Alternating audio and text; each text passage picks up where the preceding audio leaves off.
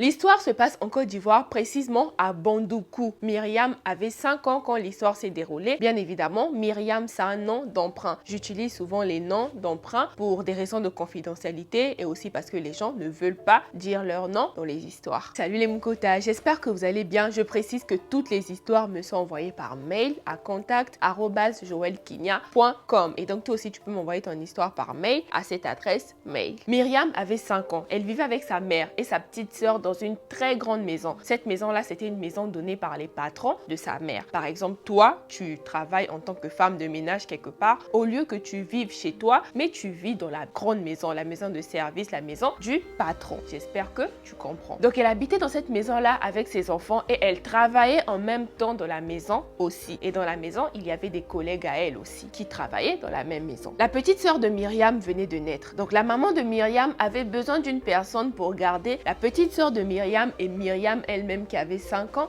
à l'époque. Et donc, elle demande à une collègue à elle de service, elle demande à sa collègue, est-ce que cette collègue-là pouvait trouver une personne pour pouvoir garder sa fille qui venait de naître parce que elle travaillait. Sa collègue lui dit qu'elle avait sa nièce au village qui avait besoin de travail. Donc, ça ne la dérangerait pas de venir ici en ville et de garder ton enfant moyennant une rémunération. Et donc, la maman de Myriam accepte tout de suite parce qu'elle était dans le besoin et elle voulait vraiment avoir quelqu'un pour garder sa fille à la maison. C'est donc comme ça que sa collègue ramène sa nièce, on va l'appeler Stella. Stella arrive dans la grande maison, elle était toute crispée. Il faut savoir que Stella, elle ne s'exprimait pas bien en français, elle ne parlait pas bien français. Dans son village là-bas, c'était sa langue maternelle qu'elle parlait. La maman de Myriam dit que Stella était très gentille, donc lui expliquer quelque chose 1000 fois n'était pas un fardeau pour elle, parce qu'elle était très gentille avec son enfant. Stella était très douce, simple et très serviable. Elle s'occupait de la petite sœur de Myriam. Et lorsqu'elle finissait de faire ses travaux ménagers et de s'occuper de la petite sœur de Myriam, elle partait sur la terrasse, elle allait s'asseoir là-bas et elle appelait souvent Myriam pour pouvoir discuter. Elle avait fini de faire ses travaux ménagers, ce qui est totalement normal. Elle s'assoit pour bavarder un tout petit peu avec Myriam. Mais Myriam avait remarqué quelque chose de très bizarre. Stella se grattait souvent la tête. Et lorsqu'elle se grattait la tête, elle disait toujours, elle répétait tout le temps, le voici,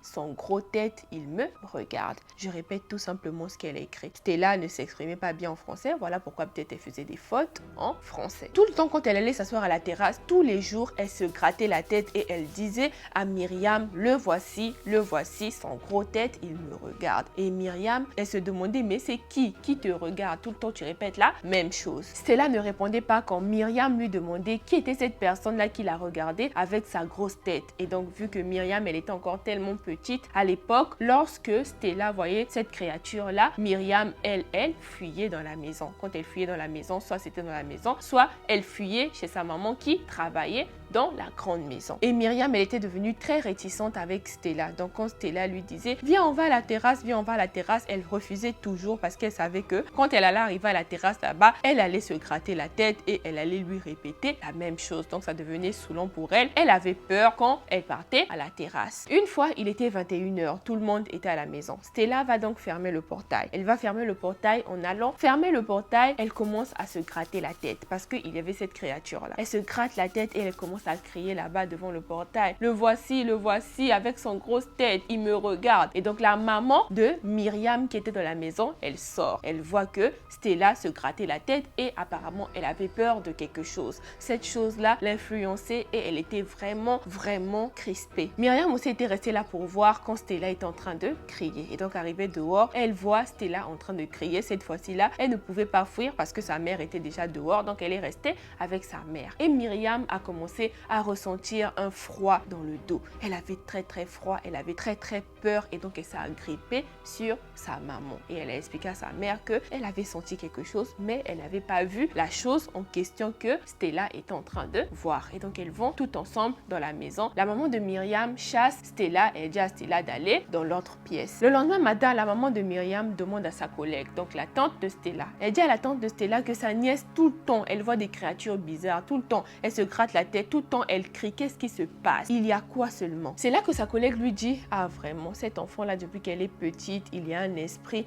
qui la suit. Depuis qu'elle est enfant, l'esprit-là ne veut pas la laisser. Et donc moi, je pensais que quand elle allait arriver là, l'esprit allait la laisser, l'esprit allait rester au village et elle allait être peut-être libérée. Mais hélas, ce n'est pas le cas vraiment. Désolée. Et sa collègue rajoute qu'apparemment Stella voit des démons et ces démons-là apparaissent avec des grosses têtes. Ces démons veulent la prendre et l'initier à la sorcellerie. Après ça, la maman de Myriam, avec son cœur de mère, a décidé de prendre la situation en main. Chaque soir, elle priait avec Stella ainsi que ses deux filles. Tous les jours, elle faisait des veillées de prière à la maison pour que ces esprits-là puissent laisser Stella. La maman de Myriam avait même fait appel à un pasteur et donc le pasteur arrivait là-bas chaque soir et le pasteur priait tous les jours avec eux pour que ces esprits-là puissent laisser la petite Stella. Franchement, big up à la maman de Myriam parce que ça aurait été d'autres personnes. Dès qu'elle avait appris la nouvelle, Stella allait rentrer chez elle. Mais elle a quand même pris cette responsabilité-là de faire sortir les démons qui se trouvent dans la fille d'un inconnu. Des mois de prière sont passés et le pasteur a dit à la maman de Myriam que les démons sont partis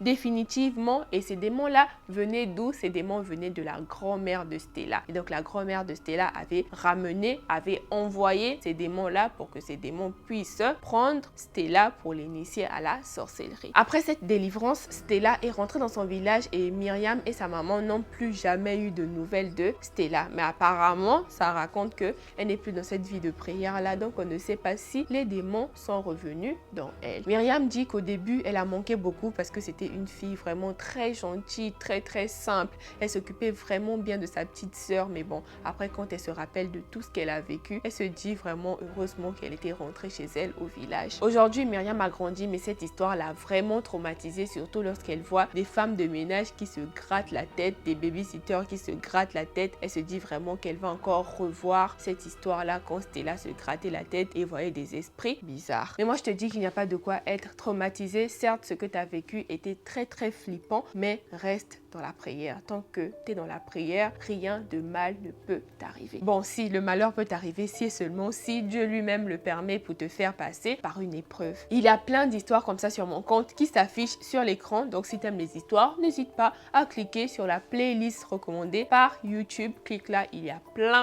plein d'histoires. Donc, régale-toi. La deuxième playlist, c'est ma playlist de mes vidéos vlog. Et là, c'est ma chaîne vlog. Et tout en haut, c'est la chaîne là. Donc, n'hésite pas de t'abonner. Bisous! Bye bye!